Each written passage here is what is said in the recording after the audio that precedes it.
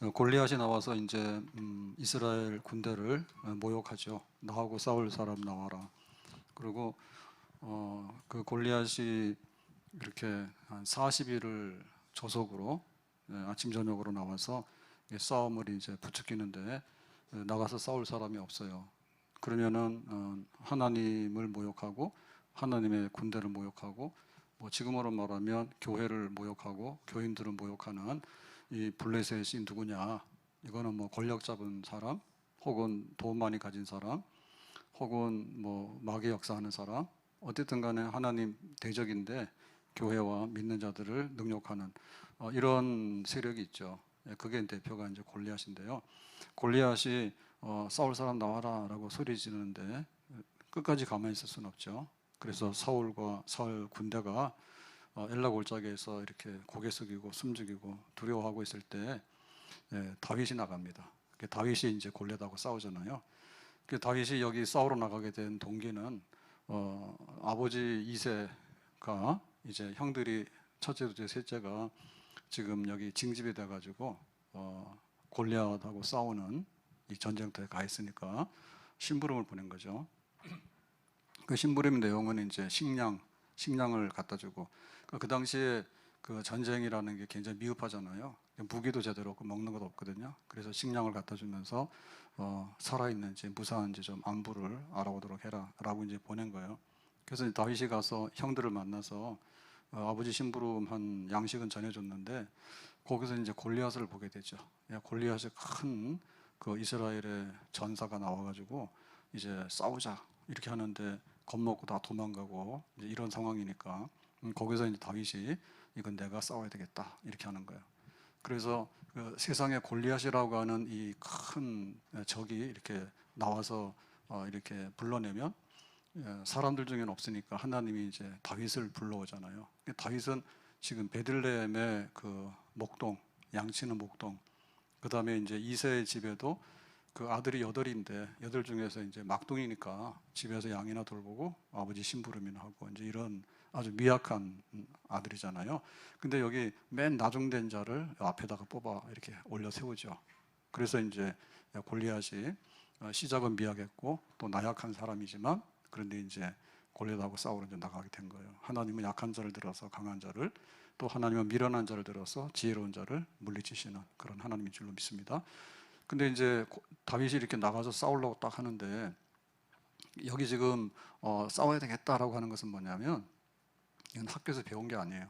학교에서 배운 게 아니고 또 집에서 뭐 베들레헴에서 뭔가를 생각해가지고 계획을 해서 온 건 아니에요. 근데 이제 우연히 아버지 심부름을 와서 보니까 상황이 이렇게 된 거죠. 그래서 하나님의 부름이라는 것은 그냥 교회가 있다 해서 교회 다 들어오는 건 아닙니다. 지나가는 사람들이 많은데 교회 다 들어오는 건 아니고 또 우리가 교회 와서 예배를 드리더라도 그냥 그럭저럭 가는 경우가 있어요.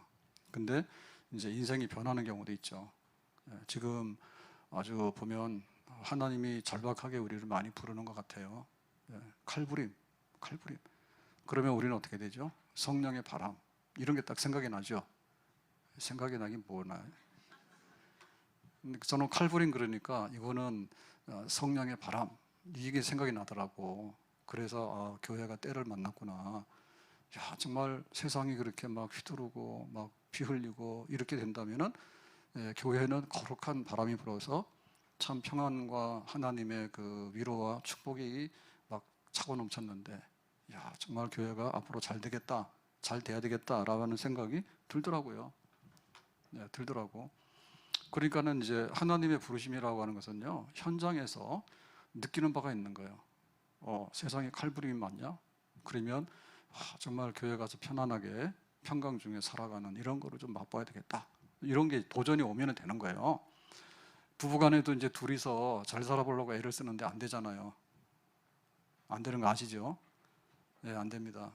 오늘 저녁이죠, 뭐 저녁. 김현식 장로님네 이제 이사해서 집 지어서 이제 이사 신방을 가서 브리스가 아골라 얘기를 하면서 이제 신방 예배 마치고 간단하게 식사하자 해서 식사하는데 하다 보니까 우연히 이제 침대 얘기가 나와가지고 그랬더니 집집마다 난리더만요. 그래도 그 부부간에 그래도 뭐 권사님, 장로님, 목사님 이렇게 하면은 잘 살 것 같잖아요. 근데 잠잘 때 전쟁한다 하더라고. 나는 우리 집만 그런 줄 알았어요. 뭐 이렇게 하면은 왜 막 움직이냐고 그러고 막 침대 소리 난다고 그러고. 그래서 요새 따로 자잖아. 그또 침대 자랑했죠. 우리 집에는 킹 중에서도 슈퍼킹이라고. 나 혼자고 슈퍼킹에 잔다고. 그랬더니 싱글 잔다 하더라고. 그래서 내가 장로님 잘못됐다고 그거. 싱글 2개 해놓고 자는 거 가지고 안 된다고. 그거 퀸이나 킹으로 바꾸라고. 2개인데 하나를 큰 걸로 바꾸시라고. 집 잘 지어놨는데 왜 그거 아끼냐고. 잘 몰랐던가 봐. 그래가지고 이게 부부가 둘이 잘 살려고 그러면은 이게 현장에 부름이 있어야 돼. 그래서 그때그때마다 하나님 감동 주셔가지고 우리가 주례할 때 그러잖아요. 주례할 때 사랑해라, 순종해라 그렇게 하잖아요. 그러면 가정에서 어떤 일이 딱 벌어질 때마다 뭐가 생각나야 됩니까? 결혼식에 주례사가 생각이 나야 돼. 예? 생각 하나도 안 나죠. 안 난다니까 그게. 그러니까 성령의 감동을 줘가지고 예수님처럼 사랑해야지. 뭐 침대에서 옆에서 뭐 좀 깨가지고 이러면은 또 막 혼나고 그런다는데 난립니다. 그래서 그 황혼 이혼이라는 말도 있는데 그 침실 이혼이 있대요. 침실 이혼이. 그러니까는 살 만큼 살면은 또 다 중성이 되는가 봐. 그러니까 옛날에는 막 가까이서 하고 끌어안고 잤는데 이제는 멀리 막 부딪히면은 막 확 소리도 나고 막 그러는가 봐.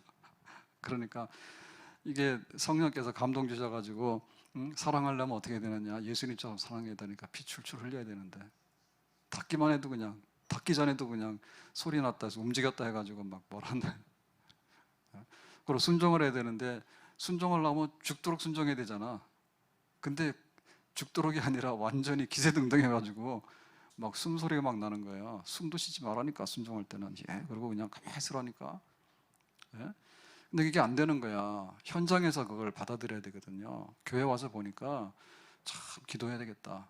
성전은 만민의 기도하는 집인데 와, 근데 땡긴다 기도가. 그래가지고 그냥 막 기도하러 그냥 물밀듯이 오는 거예요. 그러셔야 돼. 그러니까 지금 우리가 도전을 못 받는 거는 뭔가 좀 나사가 빠져서 그런 겁니다. 다윗이 엘라 골짜기에 딱 가서 보니까 골리앗이 나와서 소리를 지르는데 아무도 겁나서 도망갈 생각만 하지 싸울 생각 안 한 거예요. 근데 다윗이 이거는 싸워야 되는 거다. 하나님께서 나를 여기다 세운 거는 저 골리앗하고 싸우러 보낸 거다. 거기서 그 딱 받아들였다니까요. 딱 받아들였다고. 제가 전쟁기념관 갔다 온 얘기를 수요일 날인가 했는데요. 전쟁기념관 가니까 뭐 확실히 전쟁하면 안 되겠다는 생각이 들더라고. 그리고 나라를 위해서 기도를 많이 하셔야 돼. 기도 많이 해야 돼. 뭐 우리 아들 빼돌린다 해서 될 일이 아니에요.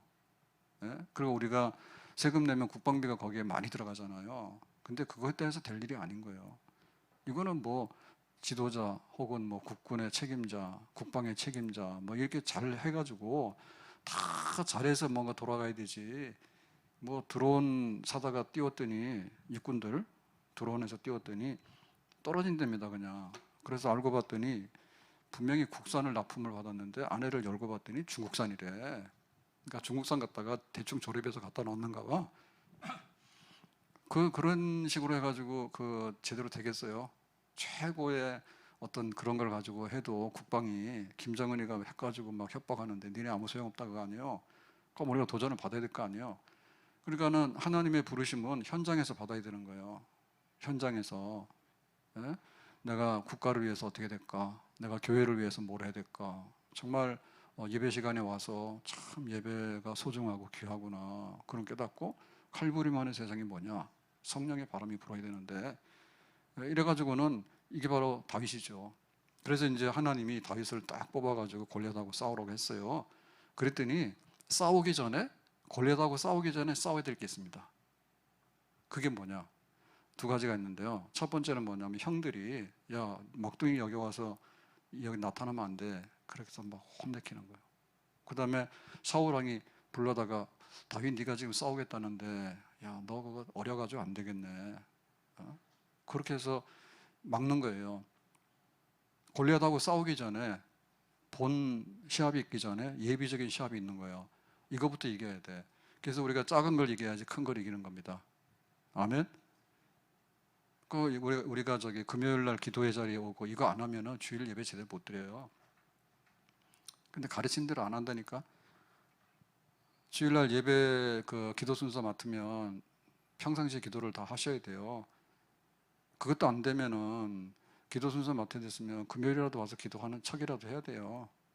간 커가지고 그냥 기도도 안 하는 사람이 와서 기도를 막 하고 그런다니까. 왜 그래요? 이게 미리 그 예비 예선전에 있는 거예요. 예? 이것도 못하면은 그 결승전에 못 나가죠. 그래서 첫 번째 가로막히는 게 뭔가 하면 다윗이 싸우겠다니까 형이 혼내키는 겁니다. 그래서 28절에 보니까 이렇게 돼 있습니다. 큰형 엘리압이 다윗이 사람에게 하는 말을 들은지라. 그러니까 이제 골리앗하고 싸우면은 돈 많이 주고 그다음에 왕의 딸 사위 줘서 결혼해서 사위가 되고 그다음에 이제 아버지 집안의 세금도 다 그 면제해주고 막 국가에서 이렇게 집안을 일으키고 뭐 이런 거를 포상 이렇게 한다. 사울 왕이 그랬잖아요. 싸울 사람 좀 나와라니까 아무도 안 나오잖아. 그래서 이제 다윗이 그런 얘기를 듣고 이제 흥미진진한 거죠. 내가 골리앗하고 싸우고 싶은 마음이 있잖아요, 지금. 그러니까는 그 큰형이 보고 다윗에게 노를 바라요. 노라는 건 화내는 겁니다.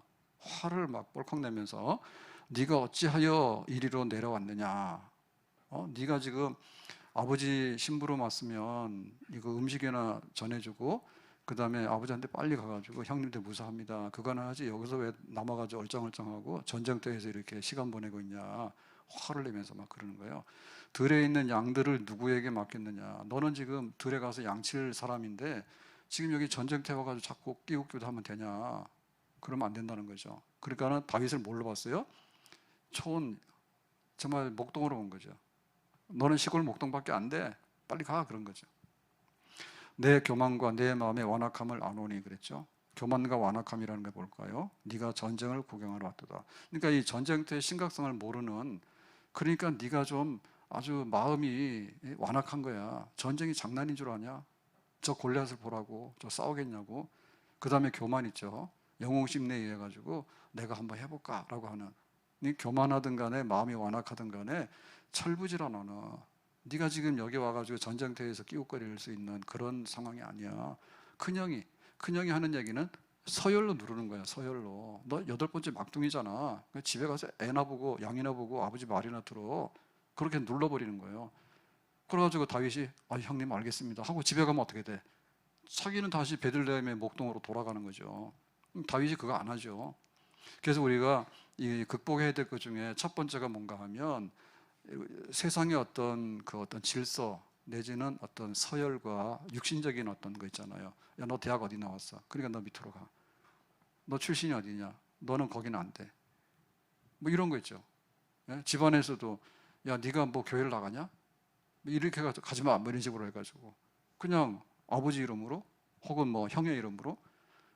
이거는 뭐냐면 그냥 주먹 다짐이에요. 주먹 다짐이에요. 근데 이런 질서가 있어요. 근데 하나님께서 불러서 쓰실 때 그것이 최우선이냐 하면 그것이 최우선은 아니죠. 그것이 최우선은 아니죠. 그래서 이걸 깨고 나가야 되는 거예요. 다윗이 형이 막 그런 소리 하니까 기죽어서 아이고 형님 미안해요. 내가 철없어가지고 여기서 있는 거 미안해요. 빨리 갈게요. 라고 꼬리를 내렸으면 다윗은 그냥 목동으로서 이름도 없이 사라져 버리는 겁니다. 나는 저 골리앗이 저렇게 모욕하는 걸 봤는데 형님 그 무슨 말씀이냐고. 이거는 누군가 해야 될 일이라고. 지금 내가 관심이 있다고. 이렇게 나가는 거죠. 보면은 그 예수님도 그 성인이 됐을 때 그 유대인의 성인은 12살이잖아요. 그러면 이제 예루살렘의 성전에 예배드리러 갈 수 있거든요. 애는 집에 있어라. 어른은 가자해서 가는데 그때 이제 가가지고 그 랍비들하고 이렇게 성경 토론하고 하는 자리에 끼었어요. 그러니까 이제 그 나사렛에서 멀리 왔다가 돌아가는 부모님하고 떨어진 거야. 부모님은 복잡하고 하니까 사람들 동네 사람들하고 막 같이 왔을 거 아닙니까? 그러니까는 이제 예수님이 따라오는 줄 알고 별로 신경 안 쓰고 가다 보니까 없는 거예요. 예수님이 아들이 없는 거야. 난리가 나서 찾았더니 거기 예루살렘 성전에서 랍비들 성경 교사들하고 성경 토론을 하고 있는 거야. 그래서 야 지금 네가 그 걱정객지에 어른들하고 잘 따라다니고 집에 가야 되는데 여기서 이렇게 혼자 떨어져 가지고 이러면 되냐? 그럼 혼내켰거든요. 혼내켰다고. 그러니까 예수님께서 하시는 말씀이 나는 아버지 집에 있어야 돼요 이랬잖아. 그러니까 부모님들이 그게 무슨 말인지 몰랐죠. 그게 이제 하나님의 아들로서 이제 하나님의 그 성전을 새롭게 하고 그리스도 구원자로서 해야 될 일이 있다 이런 말을 했는데 그 못 알아들은 거예요. 무슨 말인지. 그러니까 그 육신적으로 본 거죠. 성령으로 잉태해서 예수님 태어났지만 마리아는 조금 생각이 있었지만은 지내다 보니까 이제 그냥 세상적인 아들이지 이런 생각에 이게 매몰돼 있던 거예요. 예수님은 이미 하나님의 아들로서 이런 것들을 가지고 있었는데 육신적인 걸로 본 거야. 그리고 예수님의 형제들도 마찬가지죠. 형제들도 예수님만 성령으로 잉태됐지 나머지들은 정상적으로 마리아와 요셉하고 결혼 관계에서 태어난 형제들이잖아요. 그러니까는 뭐 그냥 형인 줄 알았지. 그래서 예수님께서 이렇게 공생애를 하시더라도 나중에 예수님이 이제 부활하시고 나서 그때서야 아 이게 그리스도였던가 보다.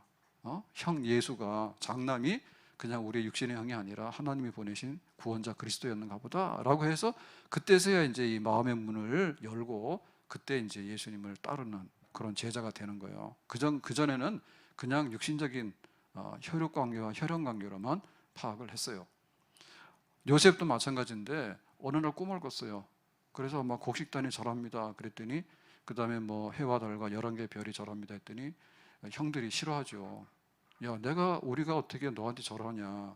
요셉은 11번째잖아요. 형들이 뿔렀죠. 건방지게. 근데 막 아버지가 편애해가지고 채석옷을 입히고 그래가지고 안 그래도 미운데 잘난 척 하니까 막 뭐라 했잖아요. 가만 안 둔다고. 그래 나중에는 이제 아버지 야곱도 불러다 그러죠. 야, 네가 자꾸 그런 소리 하면 안 된다. 아버지 부모님이나 형들이 어떻게 너한테 절을 하냐. 가만히 있어라. 혼내키죠. 근데 사실 이거는 이제 하나님이 계시잖아요.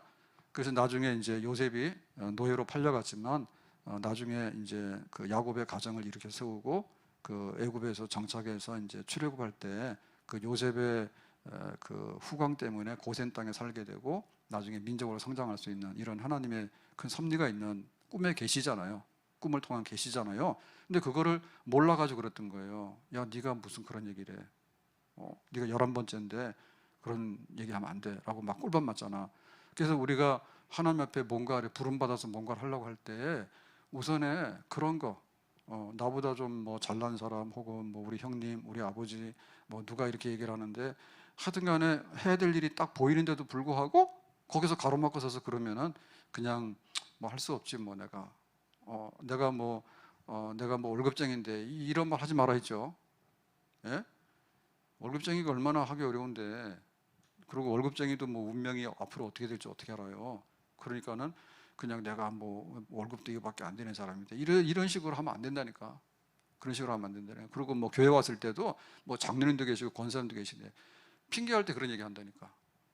내가 봐가지고 하나님께서 이게 아니다 싶으면 내가 나서서 하는 거지 뭘 그래요. 장로님이 안 하면 나라도 해야지 누가 해. 권사님이 안 하면 나라도 해야 되는 거지. 그런데 떠밀어가지고 장로님 권사님 계시는데 알아서 하시오. 난 집에 가서 잘 테니까요. 이렇게 하면 되냐고. 다윗이 그걸 깨고 나왔다니까요. 형님이 뭐라 하든 말든 간에 지금 여기 이스라엘 군대가 한 3천 명 되거든요. 나가도 아무도 싸울 사람이 없는 거예요. 그러니까 이거는 내 몫이다. 내 몫이다. 형님 뭐라 하더라도 별로 신경 안 써. 해야 되겠다. 각오한 거예요. 자, 두 번째로 이제 이 거쳐가야 되는 관문은 뭔가 하면 이제 사울 왕이 이제 싸우겠다 하니까 불러왔어요. 다윗 네가 정말 싸우겠냐? 한번 보자 했어요. 그래가지고 하는 말이 이겁니다. 32절입니다. 다윗이 사울에게 말하되 그로 말미암아 사람이 낙담하지 말 것이라 주의 종이 가서 저 블레셋 사람과 싸우리다 하니 해서 아무도 싸울 사람 없다니까 내가 싸우겠다 하고 사울 왕 앞에 가서 얘기를 한 거예요. 그랬더니 사울이 하는 말이 그겁니다. 33절에 사울이 다윗에게 이르되 네가 가서 저 블레셋 사람과 싸울 수 없으리니 너 싸울 수 없어. 너는 소년이요? 그는 어려서부터 용사입니다. 여기서 말하는 용사는 싸움꾼, 전사, 최강의 전사. 한 사람 딱 뽑아가지고 세우는데 골리앗이 얼마나 커요. 그리고 무장이 얼마나 잘 돼 있어요. 그런데 싸우겠다고 나온 이 다윗을 보니까 가진 게 아무것도 없다니까 지금. 근데 나이도 어려가지고 그다음에 외모도 굉장히 왜소하잖아요. 골리앗에 비하면. 너는 뭐 하다 온 사람이냐. 이렇게 나는 베들레헴에서 목동이라 양들 치다 왔다. 이렇게 얘기를 하니까 야, 이거 안 되겠다. 예? 골리앗은 지금까지 최강자예요. 그러니까 어떤 그 군인의 무장으로 볼 때 싸움꾼이 있죠. 싸움꾼. 전사로 볼 때 한눈에 딱 보니까 안 되는 거야. 그러니까 사울 왕의 눈에는 뭔가 하면 전사의 관점에서 군인의 무장에서 본 거예요. 전력, 전투력을 가지고 본 거예요.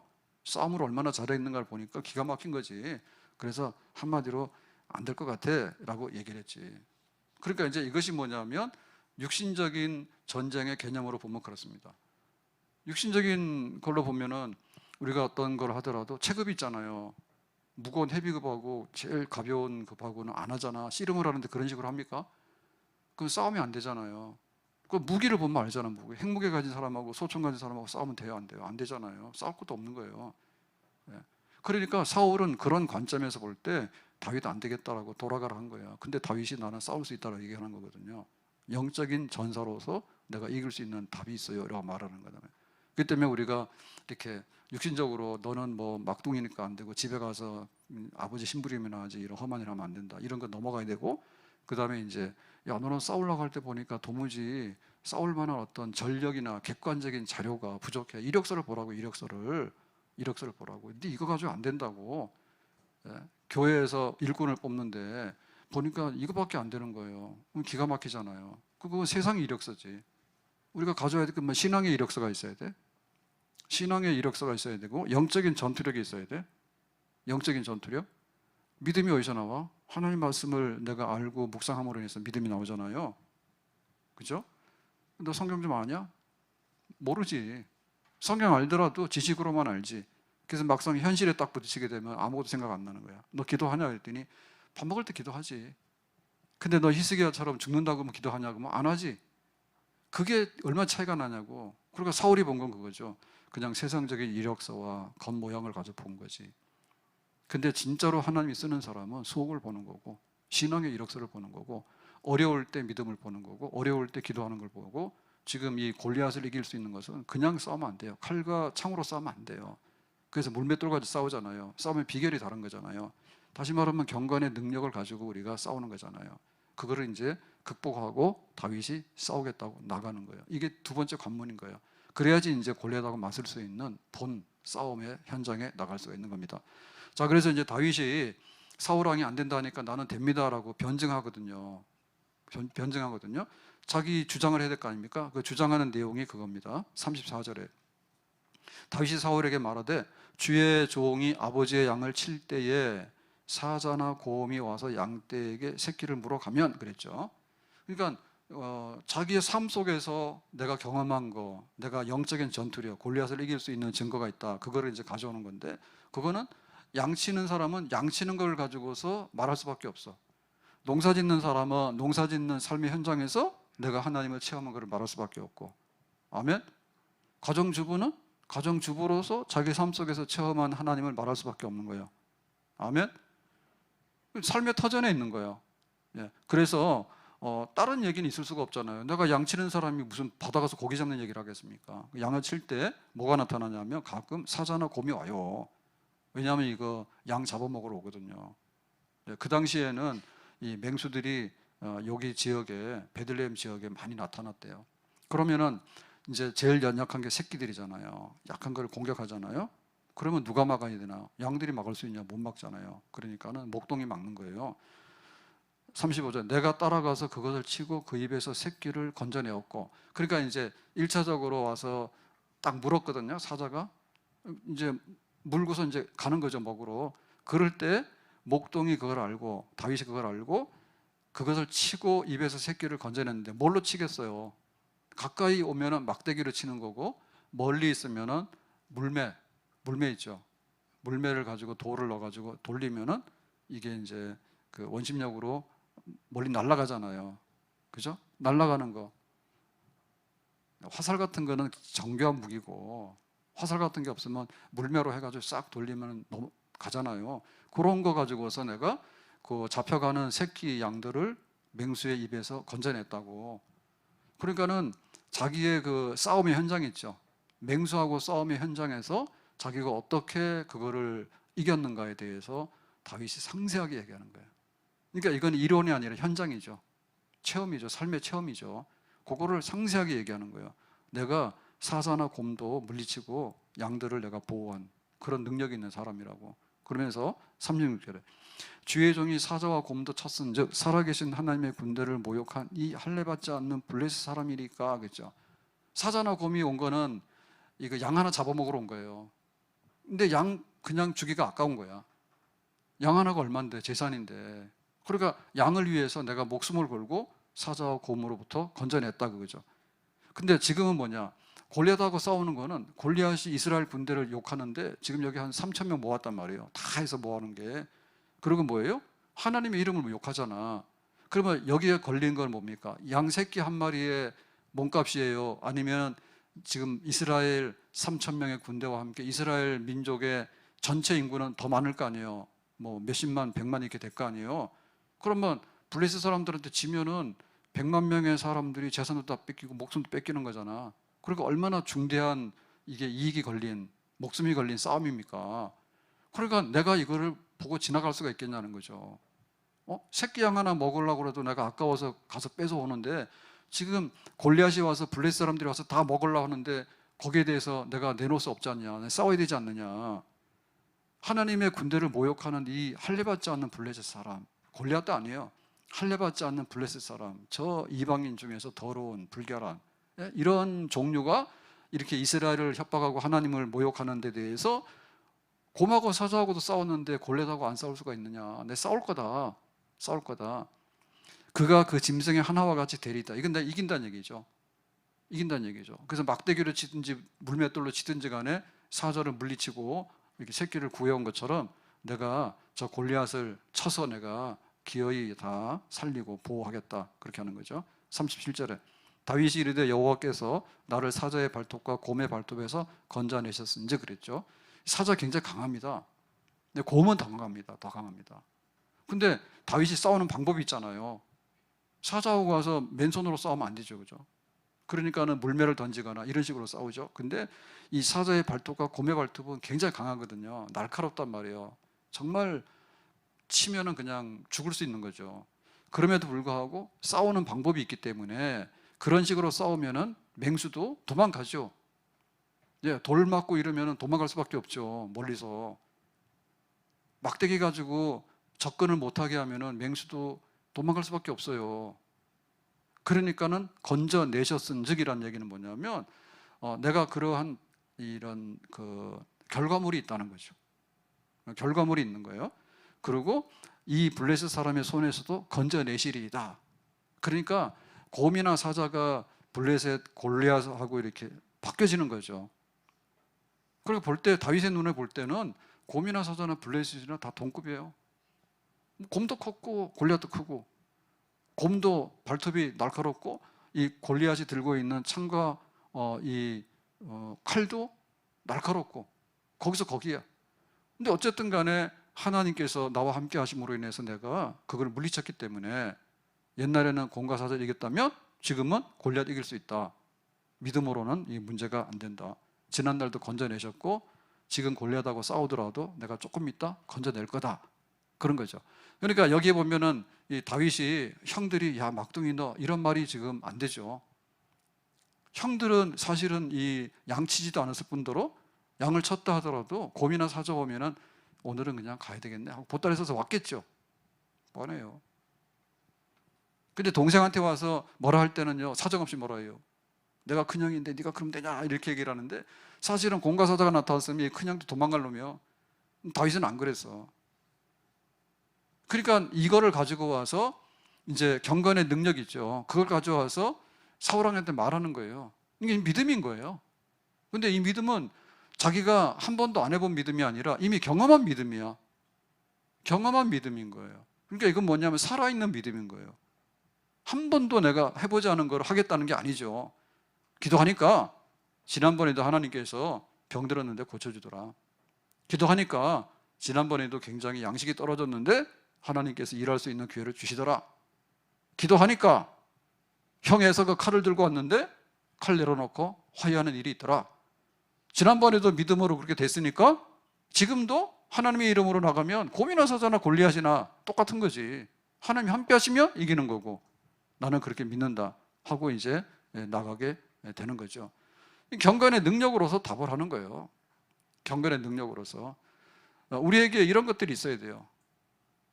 경건의 능력으로서 내가 누구이고 나는 무엇을 가지고 있는가에 대해서 자신감이 있어야 돼. 이거는 이미 많이 연습되고 훈련되고 경험한 거예요. 그러니까 우리의 그 영적인 것도 연습을 안 하면 안 됩니다. 며칠 전에 민방했다고 그러더라고요, 뉴스에. 저는 교회에서 잘 몰랐는데 민방 훈련하니까 사람들이 이런 거 왜 하냐고 그러고 이게 뭐냐고 그러고 어리둥절하더래. 근데 볼 때 하는 게 좋을 것 같아요. 좀 불편하더라도. 김정은이가 뭐 핵을 쓸 수도 있는 거고 아니면 뭐 다른 일로 인해서 막 난리가 날 수도 있는 거고 뭐 유사시에 뭔가 이렇게 한번 해보는 것도 괜찮은 것 같아요. 훈련해야 돼요. 훈련하는 만큼 우리가 익숙해지는 거예요. 골리앗하고 싸우는데 물매를 들고 가서 한 번도 물매를 던져본 적도 없고 맞힌 적도 없고 물매를 던지더라도 무슨 뭐 고양이가 왔으면 도망가지만은 사자가 왔으면 도망갑니까? 그거 가지고 명중을 해야지 도망갈 거 아니에요. 경건의 능력이잖아요. 그거는 우리가 평상시에 점점점 커지는 거예요. 다급하면 와가지고 믿는다거든요.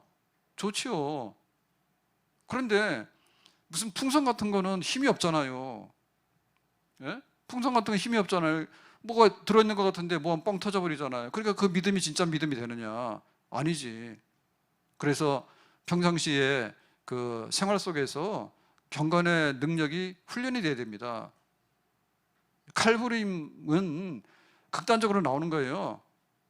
나를 이기고, 예? 내가 낙심될 때도 있고, 내가 화가 날 때도 있고, 내가 막 뭐 할 때도 있죠. 사람이 그런 게 없습니까? 그리고 성질이 워낙에 좋은 사람들은 이러나 저러나 다 좋은데요. 까칠하고 안 되는 사람은요, 은혜를 많이 받아야 돼. 예. 죄가 많을수록 은혜가 많다고. 저는 어떻게 했어요? 안 되는 사람이에요. 가만히 있어요. 아멘도 안 하고. 되는 사람이면 여기 와 있겠냐고. 안 되니까 어떻게 하려고 하다 보니까 은혜를 받아가지고 이러고 있는 거죠. 그렇다 해서 안 되는 사람 찍지는 마세요. 그러더라도 내가 이기고 나가는 어떤 거를 조금은 가지고 있는 거지. 없어도 하나님 은혜 가운데 살아가는 법을 터득하는 게 좋은 거죠. 그러니까 이거는 평상시에 연습을 해야 돼. 집에서도 우리가 많이 벌어야 되죠. 그러니까 두 사람이서 벌고 뭐 투잡도 하게 되고 뭐 다 좋아요. 근데 왜 지금 기도할 게 굉장히 많은데 칼부림도 지금 기도해야 될 이런 영적인 바람 부는 거 맞는 거고요. 그 다음에 이거 지금 출산율이 0.78인데 저도 몰랐는데 이게 10몇 년 동안 전 세계 꼴찌라 하더라고. 어른 200명이 서 있으면 돌아보니까 자녀들은 78명밖에 없다는 거예요. 이건 멸종입니다. 전 세계에서 인구 멸종으로 해서 제일 많이 없어질 나라가 우리나라래요. 이런 식으로 살면. 근데 이게 잘 모르는 거예요. 무슨 말인지. 지금 보통 200 그러면은 1.5 이상 되고 일본도 뭐 1.3인가 이 정도 됩니다. 일본 사람하고 싸울 것도 없어요. 축구 못 이긴 지 오래됐습니다. 야구는 비교도 안 되고요. 근데 인구로도 일본이 지금 훨씬 많아요. 1억 2천인가 1억 3천인가 그럴걸요?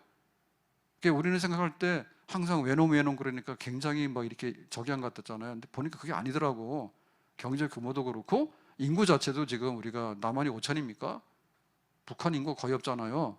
자꾸만 핵만 먹여가지고 이게 종족 번식이 안 되는가 봐. 북한은 땅은 큰데 사람들이 인구가 별로 없어.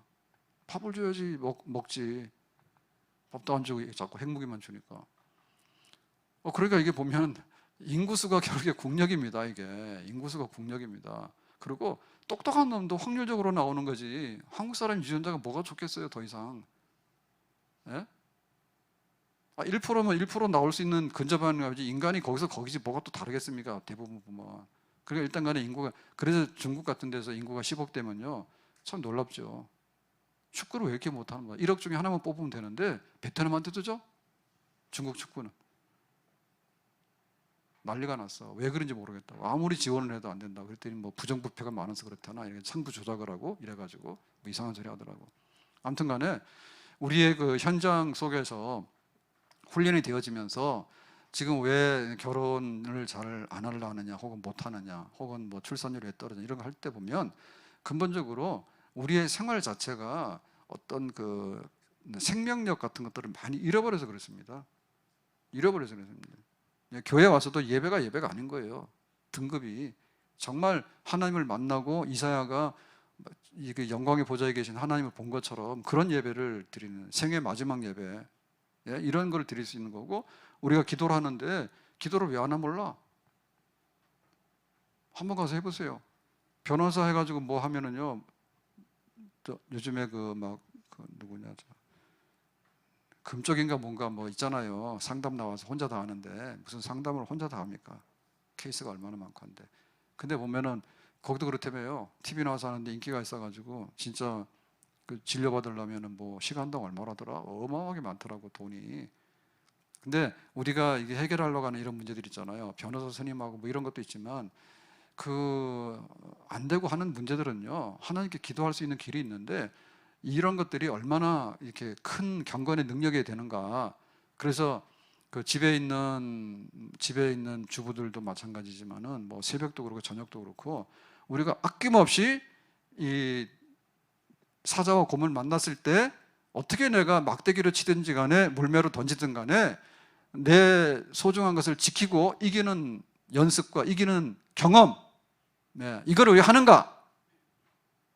그래야지 결혼도 할 수 있는 거고, 그래야지 자녀도 놓는 거고, 그래야지 칼부림이 아니라, 오늘 새벽의 말씀은 진노의 술잔이었어요. 하나님께서 진노의 술잔을 주라 해서 진노의 술잔을 마시니까 다 비틀거리고 나중에는 칼부림한다 이랬거든요. 하나님이 우리한테 극상품의 포도주를 줘야 되겠죠. 그 즐거움의 축복의 잔이 넘쳐날 수 있는 이런 것, 천국의 즐거움을 나눌 수 있는 잔, 이런 게 와야 되는데 그것이 있냐, 경험 속에서. 나를 보면 내가 그걸 할 수 있는 건 없지만 내 안에 하나님께서 은혜 주시면 내가 다윗이 될 수 있는 거죠. 우리 집이 그렇지가 않아요. 넉넉하지가 않아요.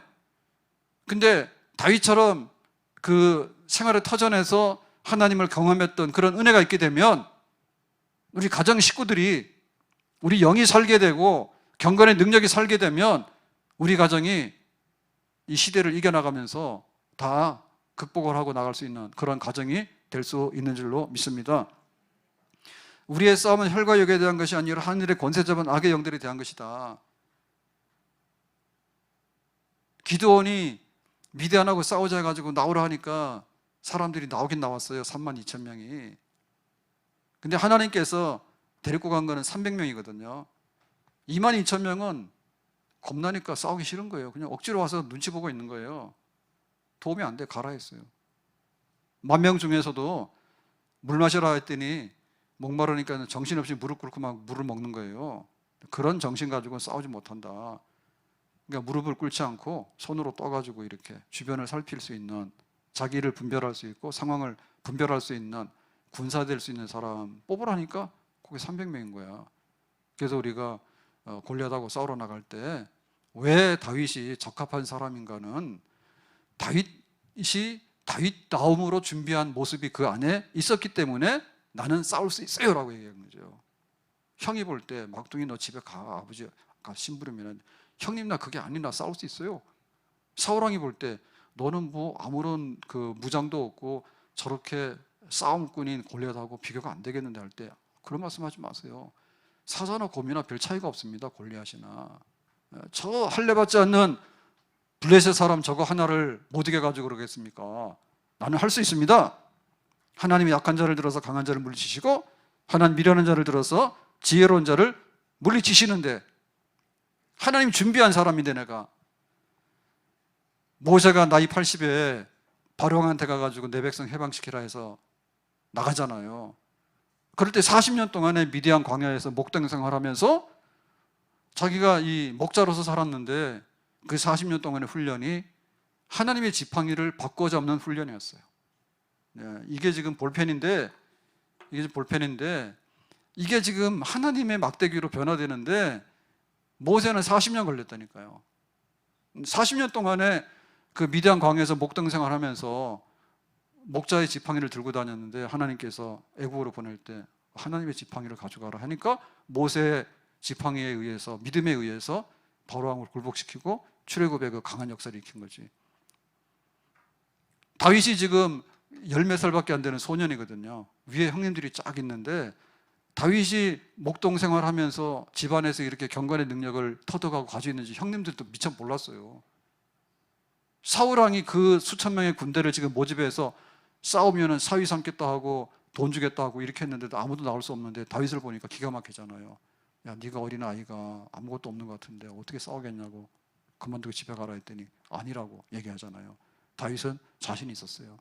경건의 능력이 이 모든 것들을 좌우하는 핵심인데 오늘 우리에게도 이와 같은 능력이 있어서 현장에 나가서 가장 살릴래? 라고 하니까 살릴 수 있어요. 정말 내가 주저앉고 싶을 때 내 이름으로는 못 일어나지만 예수님의 이름으로 일어날 거예요. 세상 사람들이 안 되면 지 죽어버리거나 안 되면 칼부림해서 남들 피 뿌리고 죽겠다는 거예요. 우리가 나가서 사람들 살리고 할 일 있다고. 성령의 새바람이 불도록 해는 결혼도 하고 가정도 세우고 교회도 세우고 할 수 있거든요. 무슨 의미냐? 믿는 자에게는 능치 못함이 없는 살아계신 하나님께서 살아계심을 한번 보여줄 수 있는 이런 은혜가 우리 속에 준비되어지고 그 은혜가 현장 속에서 표현되어질 수 있는 그런 삶이 우리에게 올 수 있기를 예수님의 이름으로 축복합니다. 우리들이 싸울 것은 혈기 아니요, 우리들이 싸울 것은 육체 아니요, 마귀 권세 맞서 싸워 깨쳐버리고 죽을 영혼 살릴 것이 한 마음으로 힘써 나가세, 한 마음으로 힘써 싸우세. 악한 마귀 군사들과 힘써 싸워서 승전고를 울리기까 한 마음으로